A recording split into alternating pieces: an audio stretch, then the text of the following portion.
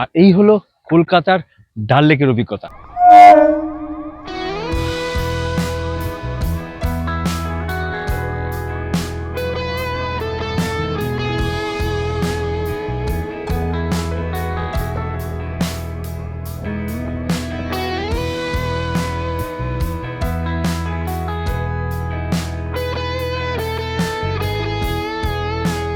সামনে হচ্ছে Valentine's day.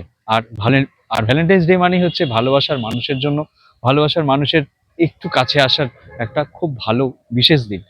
এই বিশেষ দিনে যারা একটু চারিদিকে একটু বাইরে ঘুরতে আসতে চাইছেন, তাদের জন্য কিন্তু প্রিন্সেপ ঘাট খুব ভালো জায়গা। তাই জন্য প্রিন্সেপ ঘাট কিন্তু খুব ভালো জায়গা। তো চলুন আমরা প্রিন্সেপ ঘাটের দিকে যাবো।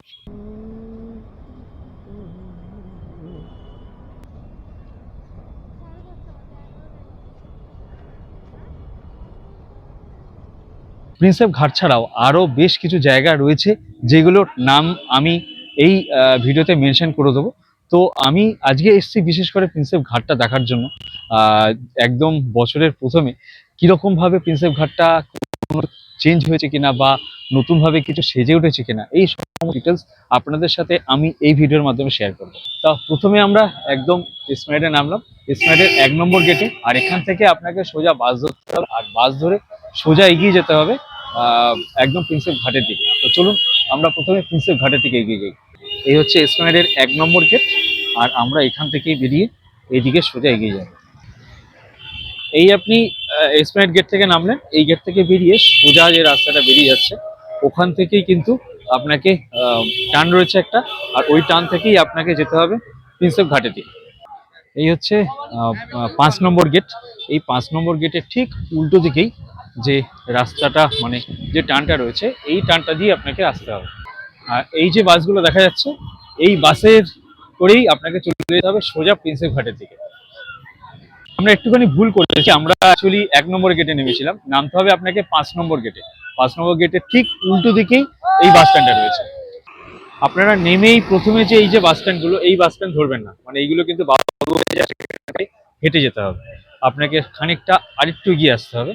এইদিকে ওরা বলছে আরো একটা বাস স্ট্যান্ড রয়েছে, যে বাস স্ট্যান্ড গুলো মানে যে বাসগুলো আপনাকে সোজা প্রিন্সেপ ঘাটের থেকে নিয়ে যায়।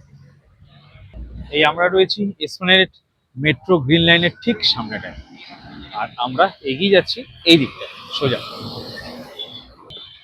এই যে বাসগুলো যাচ্ছে 12 বি, এই বাসগুলো করেই আপনাকে যেতে হবে প্রিন্সেপ ঘাটের দিকে।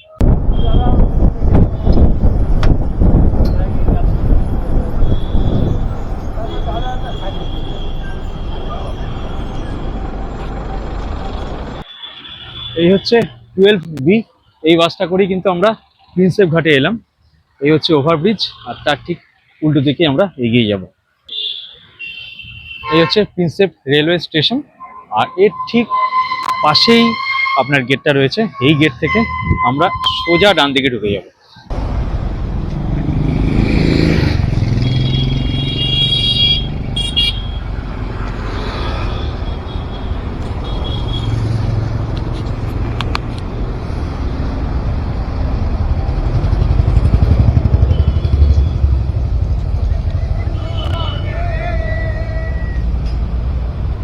এই হচ্ছে আমাদের দ্বিতীয় হুগলি সেতু ব্রিজ, সবাই জানেন।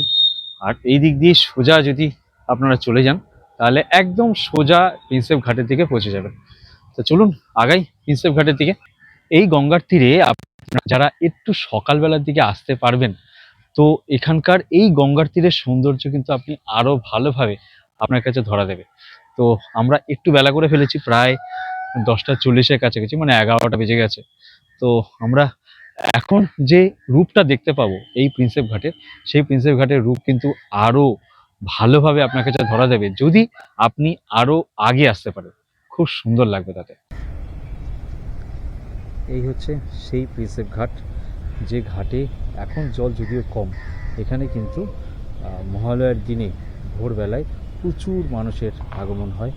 আর এই হচ্ছে আমাদের দ্বিতীয় হুগলি সেতু, যা আমাদের কলকাতায় এক এবং অনন্য। আর এই প্রিন্সেপ ঘাটের সৌন্দর্যটা যদি আপনি আরো ভালোভাবে উপভোগ করতে চান, তাহলে আপনাকে হতে হবে একদম সকালবেলা আসুন। গঙ্গার তীরের যে সুন্দর ঠান্ডা আবহাওয়াটা সেটা আপনি পাবেন, আর একদম শান্ত পরিবেশটা পাবেন। আর যদি আরেকটা টাইম হচ্ছে, সেটা হচ্ছে সন্ধেবেলা। সন্ধেবেলা কিন্তু এখান থেকে ভ্যাসেলে করে আপনাকে মানে একটা বেশ ভালো টাইপের জাহাজে করে সন্ধেবেলা 1 থেকে 1.5 ঘন্টা প্রায় ঘোরানো হয়। তো সেই জিনিসটাও যদি আপনি উপভোগ করতে চান তাহলে আপনি সন্ধ্যাবেলা আসতে পারেন। ওই আগে ওইদিকে যেরকম আপনি একটা টুরিস্ট ঘাট দেখতে পেলেন, আর এখানে দেখুন সুন্দর ছোট ছোট হাত নৌকা রয়েছে। এই হাত নৌকাতে দেখতে আর চড়তে কিন্তু অসম্ভব সুন্দর টাইপের লাগে। এই গঙ্গার তীরে এইরকম হাত নৌকায় করে ঘুরতে যদি একবার পারেন তাহলে কিন্তু আপনার পুরো দিনটাই একটা সুন্দর মায়াময়ীতে পরিণত হতে পারে।